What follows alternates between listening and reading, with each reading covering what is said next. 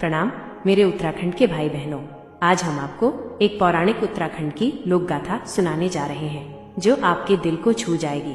उत्तराखंड की पहाड़ियों में हर साल चैत का महीना आता है और उसके साथ ही आता है काफल का मौसम। जंगलों में काफल के पेड़ लाल लाल फलों से भर जाते हैं और सड़क किनारे बच्चे टोकरी में भरकर इन्हें बेचते दिखते हैं। पर इस फल के साथ एक दर्दनाक कहानी भी जुड़ी है जो सुनने वालों की आंखें नम कर देती है। बहुत समय पहले एक गाँव में एक गरीब माँ अपनी छोटी बच्ची के साथ रहती थी। उसकी दुनिया बस उसकी बेटी थी। उनके पास खाने को मुश्किल से अनाज होता, लेकिन माँ अपनी बच्ची को हर हाल में खुश रखने की कोशिश करती। एक दिन वो जंगल गई और टोकरी भरकर पके हुए काफल लेकर आई। लाल लाल रसीले ताजे काफल देखकर उसकी बेटी के मुंह में पानी आ गया। बच्ची ने चहकते हुए कहा, माँ मुझे बहुत भूख लगी है, जरा सा खा लूं। माँ ने उसकी मासूम आंखों में झांकते हुए प्यार से सिर पर हाथ फेरा। अभी नहीं बेटा, पहले मैं खेत से गेहूं काट लाऊं, तब तक तू सिलबट्टे में नमक पीस कर रखना, फिर साथ में खाएंगे। बच्ची को माँ की बात माननी थी, सो मान ली।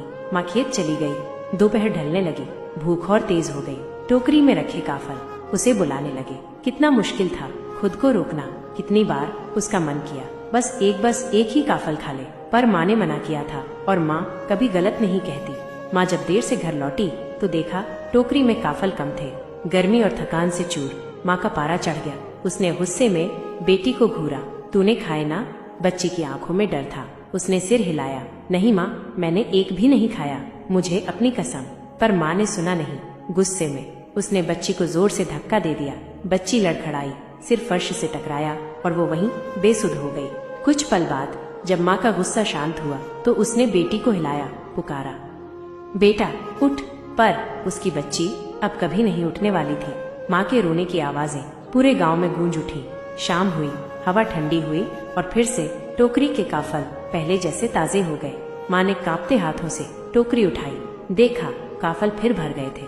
तब उसे समझ आया कि सुबह की तेज धूप में काफल मुरझा गए थे और अब ठंडी हवा में फिर खिल गए थे।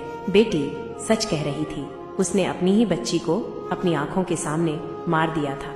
माँ वहीं बैठी बैठी पछतावे में रोती रही और उसी दुख में उसने भी प्राण छोड़ दिए।